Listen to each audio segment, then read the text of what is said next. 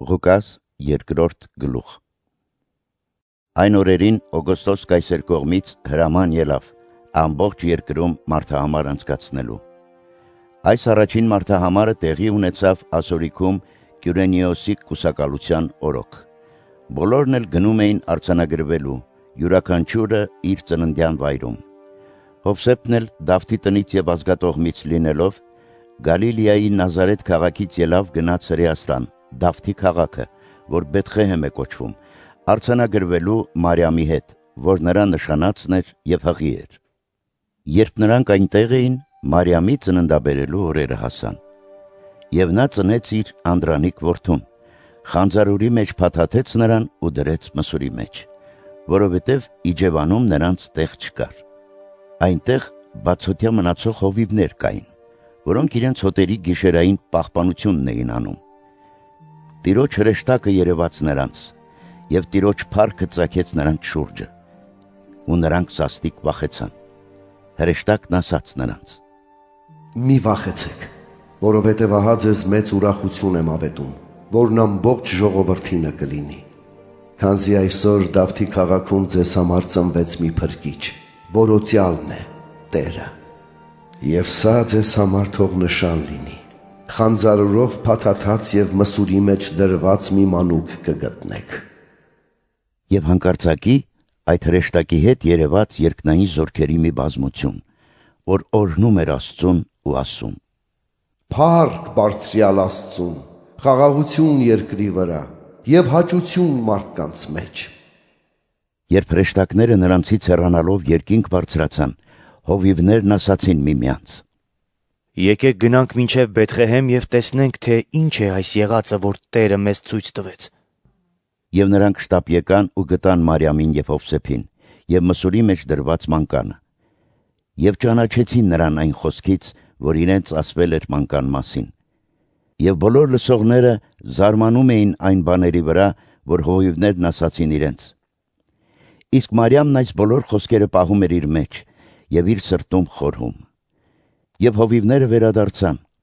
փառավորում եւ օրհնում էին Աստծուն այն ամենի համար, որ լսեցին ու տեսան, ինչպես պատմվել էր իրենց։ Երբ 8 օրերը լրացան եւ նա թլպատվեց, նրա անունը Հիսուս դրվեց, ինչպես հրեշտակի կողմից կոչվել էր, երբ դեռ չէր հղիացվել մոր որովայնում։ Նրանց սրբագործման օրերի լրանալուց հետո Մովսեսի օրենքի համաձայն նրան Երուսաղեմ տարան, Տիրոջը ներկայացնելու, ինչպես գրված է Տիրոջ օրենքում. «Ամեն առուզավակ, որ արգանդ է բացում, Տիրոջ համար սուրբ պիտի կոչվի»։ Եվ Տիրոջ օրենքում ասվածի համաձայն ընծա պետք է տալ մի զույգ տատրակ կամ աղավնու 2 ձակ։ Այն ժամանակ Երուսաղեմում Սիմեոն անունով մի մարդ կար, արդար ու աստվածավախ մարդ էր, որ ակնկալում էր Իսրայելի մխիթարությունը, եւ Սուրբ Հոգին նրա մեջ էր։ Սուրբ Հոգուց նրան հրամայված էր մահ չտեսնել, մինչև որ տեսներ Տիրոջ օծյալին։ Հոգով առաջնորդված նա եկավ տաճար,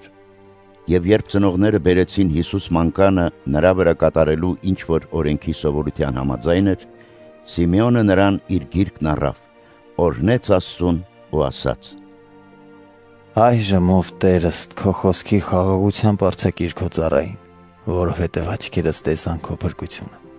որ պատրաստեցիր բոլոր ազգերի առաջ լույս, որ կլինի հայտնություն հեթանոսների համար եւ փառք Իսրայելի, քո ժողովրդի համար»։ Նրա հայրն ու մայրը զարմացած էին այն խոսքերի համար, որ ասում էին նրա մասին։ Սիմեոնը նրանց օրհնեց եւ ասաց նրա մորը Մարիամին. «Ահա սա է, որ պատճառ է դառնալու Իսրայելի մեջ շատերի անկման ու բարձրացման եւ նշան հակառակության։ Քո հոգու միջով էլ սուր պիտի անցնի, որպեսզի բազում սրտերի խորհուրդներ հայտնի դառնան»։ Եվ այնտեղ կար Աննա Մարգարեուհին, Փանուելի դուստրը, Ասերի ազգատողմից։ Սա բավական տարիքն առած էր, ամուսնու հետ 7 տարի էր ապրել իր կուսությունից սկսած։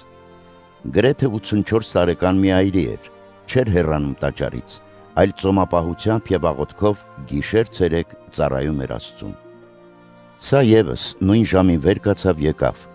գոհություն էր մատուցում Տիրոջը եւ խոսում էր մանկան մասին բոլոր նրանց հետ, ովքեր Երուսաղեմի փրկությանն էին սպասում։ Եվ երբ ամեն ինչ կատարեցին Տիրոջ օրենքի համաձայն, վերադարձան Գալիլեա, իրենց քաղաքը Նազարեթ։ Մանուկն աճում և զորանում էր լի իմաստությամբ, և Աստծու շնորհները նրա վրա էին։ Նրա ծնողներն ամեն տարի Զատկի տոնին Երուսաղեմ էին գնում, և երբ նա 12 տարեկան դարձավ, տոնի սովորության համաձայն Երուսաղեմ ելան։ Երբ տոնական օրերը լրացան ու նրանք վերադարձան, մանուկ Հիսուսը մնաց Երուսաղեմում, իսկ նրա ծնողները այդ չիմացան։ Կարծում էին, թե նա իրենց ուղեկիցների հետ է։ Մեկ օրվա չափ ճանապարհ եկան, և նրան փնտրեցին ազգականների ու ծանոթների մեջ։ Բայց երբ չգտան, Երուսաղեմ վերադարձան նրան փնտրելու։ 3 օր հետո նրան գտան տաճարում, վարդապետների հետ նստած, լսում էր նրանց և հարցեր տալիս։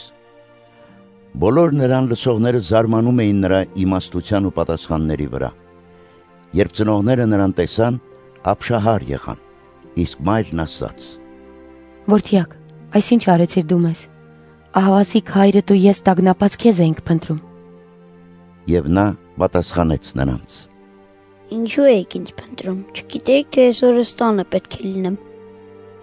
Բայց նրանք չհասկացան իրենց ասված այդ խոսքը։ Հիսուսը նրանց հետ իջավ Նազարեթ, և հնազանդ էր նրանց, իսկ նրա մայրն այդ բոլոր խոսքերը պահում էր իր սրտում։ Հիսուսը զարգանում էր իմաստությամբ, հասակով և շնորհով Աստծու և մարդկանց առջև։